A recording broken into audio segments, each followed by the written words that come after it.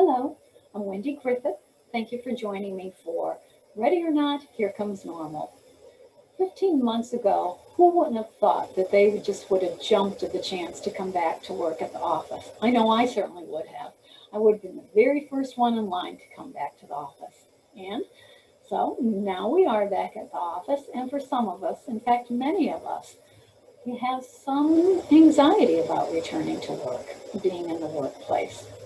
And for some people, there's just an overall sense of unease and apprehension about being around other people. Florida psychiatrist Arthur Bergman refers to this as the cave syndrome, the fear of re-entering post-pandemic society because we have grown accustomed to isolation. The American Psychological Association says that as many as 50% of us, even those that have been vaccinated against COVID, have some degree of anxiety about returning to in-person activities, regardless if they are an extrovert or an introvert. To understand this phenomenon, I think it's helpful to have a basic understanding of anxiety. You know, anxiety really served our ancient ancestors well. When they entered into a new situation, new territory, their brain sent a signal, a danger signal, going danger, danger, danger, and all these biophysiological changes would occur in our body that allowed us to either stand our ground and fight or run and get the heck out of Dodge as quickly as possible. Again, anxiety played a role in keeping us safe. So think about what we learned 15 months ago were dangerous behaviors. 15 months ago, dangerous behaviors were identified as things like going to the grocery store, going to the mall, going out to a restaurant for a meal, even going to work was deemed dangerous. And the way we stayed safe was to isolate, to remain in our very small bubble and have contact with as few people as possible. And so literally what happened overnight was we were told behaviors that had been dangerous for the past 15 months were now safe. That's a really big transition for us to accommodate that quickly. Our brain is still sending us messages that certain behaviors, being around other people, are dangerous. Fortunately, just like we learned 15 months ago what was dangerous, we can also now recognize that those behaviors, though there's still some risk potentially for some people, the risk at this point is now significantly reduced because of COVID-19 vaccine. Even if we're not vaccinated, many other people are, which again lowers our risk of being able to contract COVID. So I think one of the things that would be helpful also is to share some information about what some mental health experts have identified. They have identified that the anxiety people are experiencing at this point pretty much falls into 4 different categories. One category is for people who truly do have social anxiety.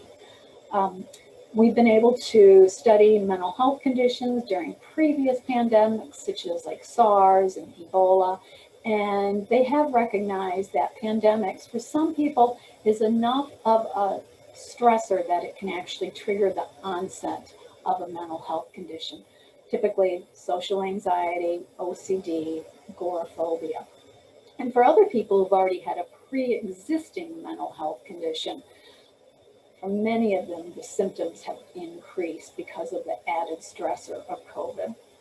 So what I would encourage people to do if they are struggling with anxiety, so much to the point that it is interfering with their ability to complete their activities of daily living, I would really encourage you to talk to your primary care physician and just report your symptoms to that person and see if your treating physician feels like you would benefit from medication.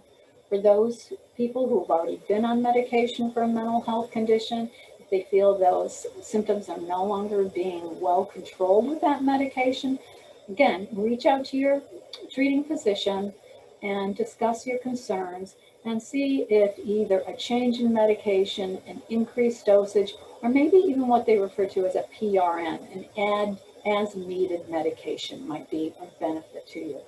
PRN medications are those types of medications that you would take not every day, but if there's a specific task that you really struggle with being able to complete because of your high level of anxiety, a PRN medication could be taken approximately 10 to 15 minutes prior to engaging in that activity, and it will reduce your anxiety level so that you are able to more easily complete that task.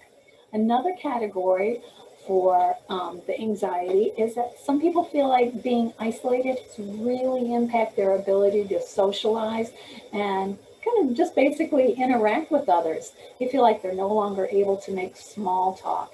And you know, interacting with other people and especially small talk, there's a rhythm to that. And when you think about it, when we come back from the weekend, one of the things, you know, most of us do in our departments is we ask other people, so what did you do? Did you go to that new restaurant? What movie did you see?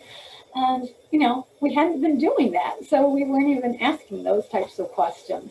But I think one of the things that's important to recognize is what you're experiencing is normal. Many people feel that way. And again, it's about that rhythm, falling into that rhythm with your coworkers again. Just give it time and purposely even do things so that you can bring them back to the office and share with other people about, oh, you know what I did? And I hadn't been there for a long time. It was great, those types of things. Another category was that for some people, they are still carrying a significant lurking fear that they will either contract COVID or they could possibly transfer COVID to somebody else. And there are vulnerable populations still. We are very aware of that. And those concerns are legitimate. And I think everybody needs to practice patience and grace with one another and to respect people if they are still comfortable wearing a mask, if they still prefer social distancing. I think that we need to respect that in other people, and we need to offer those to others as well. There's a fourth group too, or a fourth category that mental health experts have identified, and that is for some people that going back into the public, there's some shame, and there's shame because of the behaviors that they engaged in, why they were isolated. You know, for many, many people, a lot of very healthy coping mechanisms were removed because of COVID and the isolation. You know, for a lot of people, connecting with others, being with their family members on a regular basis, Sunday dinners with the extended family, going out to restaurants and going out to movies.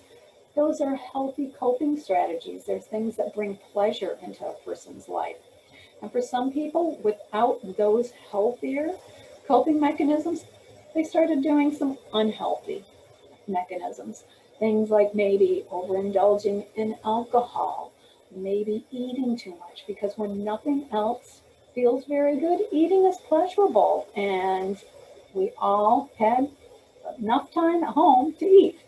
So for some people, they put on weight, they're embarrassed about their appearance. But again, I think that that is just recognizing that we all coped with the situation that we were in. And we coped with the abilities that we each had. And to recognize that now that we are getting beyond the pandemic, to maybe purposely set up some healthy life goals, healthy lifestyle goals right now.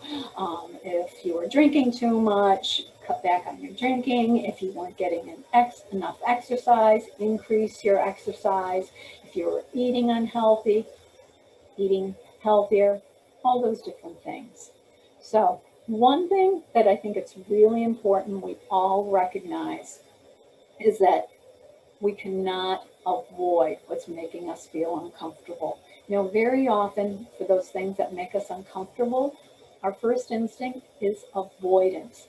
And although avoidance will work in the short term, in the long run, it will not help us. It just perpetuates the problem, and the more we avoid it, the more we want to avoid it. It just becomes a loop that we can get stuck in. So I think it's a matter of facing our fears, feeling that anxiety, and doing it anyway. There are some different things, though, that I think that we can purposely do to help ourselves at this time.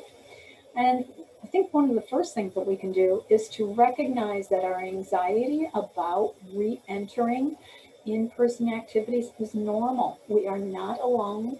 There are a lot of other people that have anxiety about in-person activities as well. Also, it's important to go slow. We have all been through a collective trauma that takes its toll. We are all still kind of scrambling to find our footing. Getting one step in front of the other takes time. And we don't need to do everything all at once either. We can set some small goals, one at a time, to accomplish. We can also stop the what ifs. You know, what ifs are about anticipatory anxiety. We are anxious about what might happen. So, catching ourselves with all the what ifs and just having a replacement phrase. Instead of all the what ifing, we can say something to ourselves along the lines of, I trust that if that were to happen, I will know what to do in that moment. And just have that mantra, I trust I will deal with it if it happens. We can also actually schedule worry breaks. It might sound silly, but it can actually be really helpful to limit our worrying to a specific block of time. We can set aside 15, 20 minutes every day at whatever time we want to, but that's our worry time. And during the day, if we have a worry come up, we can actually write it down and remind ourselves, I'll worry about this during my worry break. But just in that specific block of time, everything we want to worry about, fit it into that block.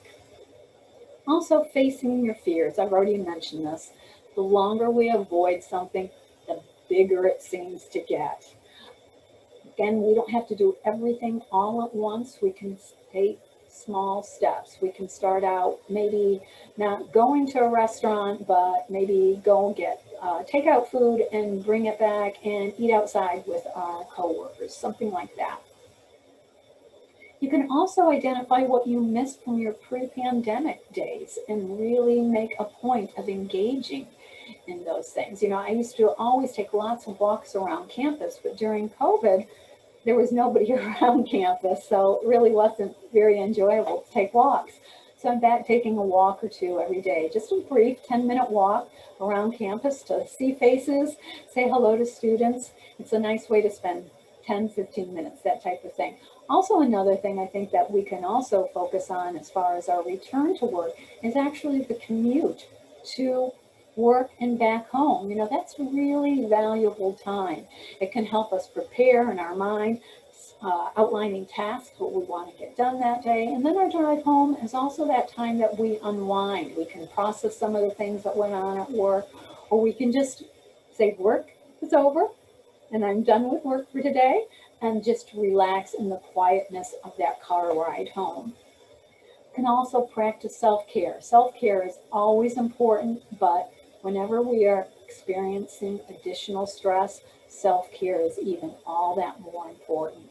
It's important that we're getting enough sleep, that we are eating nutritiously and exercising. You know, the American Medical Association has identified that even 10 minutes of exercise can make a difference. So, you know, we have this great sidewalk out here on Clyde Morris, and you can get on that sidewalk and walk one way for 5 minutes, turn around, walk back. That's 10 minutes of exercise right there. And while you're out, pay attention to being outside too. Look at the beauty of the blue sky and the green trees, and listen to the birds. It's is referred to as forest bathing, when we really try to pay attention to nature and what's surrounding us. We can also unplug from social media. I mean, I know at this point, COVID, we're not getting quite as much information as we were at some point. We were just so saturated with it. But there's still enough information about COVID being released on a regular basis that if we immerse ourselves in it, I think that we can kind of become overwhelmed still, and we can start the what ifs. So just keeping watching enough social media that you know what's important and what is going on, but not to the point where, again, it's overwhelming to you because there's so much information that you need to sort through. And last but not least, enjoy being able to connect with one another again. I am so happy that we're able to shake people's hands when we're introduced. We can hug people that we haven't seen for a long time, or we can hug a person we saw yesterday. But human touch, it's a basic need. So I hope that some of this has been helpful for you. And again, thank you so much for joining me. Take very good care. Bye.